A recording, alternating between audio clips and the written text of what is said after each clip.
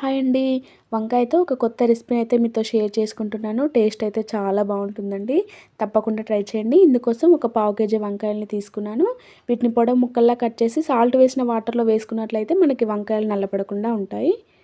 Stove పైన ఒక గిన్నె పెట్టేసి కొంచెం ఆయిల్ వేసి ఒక టీ స్పూన్ జీలకర్ర, అలాగే ఒక టేబుల్ స్పూను ధనియాలు వేసుకోవాలి. ఇవి కాస్త ఫ్రై అయిపోగానే ఇందులోకి మనకి కారంకి సరిపడా ఎండుమిర్చి వేసుకోవాలి. ఎండుమిర్చి కూడా దోరగా ఫ్రై అయిపోయే వరకు వేయించుకున్నాక వీటన్నింటిని తీసేసుకొని ఒక ప్లేట్లోకి చల్లారబెట్టుకోవాలి. ఇప్పుడు అదే కడాయిలోకి నేను ఇక్కడ 2 ఉల్లిపాయ తరుగును గ్రేవీ కోసం వేసుకుంటున్నాను. ఉల్లిపాయని ఎక్కువగా ఫ్రై చేసుకోకూడదు, కొంచెం లైట్ కలర్లోకి వస్తే సరిపోతుంది. ఇప్పుడు ఈ ఉల్లిపాయని వేరొక బౌల్లోకి తీసుకొని వీటిని కూడా చల్లారనివ్వాలి. ఇప్పుడు అదే గిన్నెలోకి 2 టేబుల్ స్పూన్ల ఆయిల్ని వేసుకోవాలి. ఆయిల్ కాస్త హీట్ అవ్వగానే ఇందులోకి కొద్దిగా శనగపప్పు, అలాగే కొద్దిగా మినప్పప్పు, ఆవాలు, జీలకర్ర వేసుకొని పప్పులు కొంచెం గోల్డెన్ బ్రౌన్ కలర్లోకి వచ్చే వరకు ఫ్రై చేసుకోవాలి.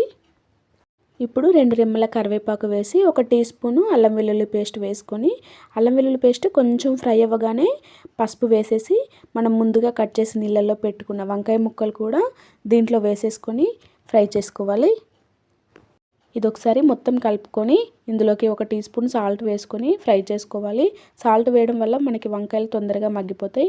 ఇవి ఫ్రై అయ్యేలోపు ఒక మిక్సీ జార్లోకి ధనియాలు, మిర్చి తీసుకొని ఒక 5-6 వెల్లుల్లి రెబ్బలు, అలాగే ఒక టీ స్పూన్ సాల్ట్ వేసుకొని కాస్త బరకగా మిక్సీ పట్టి తీసుకోవాలి. ఇప్పుడు ఇందులోకి ఫ్రై చేసి పెట్టుకున్న ఉల్లిపాయలను కూడా వేసుకొని పేస్ట్ లాగా మిక్సీ పట్టుకొని తీసుకోవాలి. మరీ మెత్తగా పట్టుకోవాల్సిన అవసరం లేదు. ఈ పేస్ట్ని ఫ్రై అయిన వంకాయలోకి ట్రాన్స్ఫర్ చేసేసుకొని ఒక 5 మినిట్స్ పాటు ఫ్రై చేసుకోవాలి.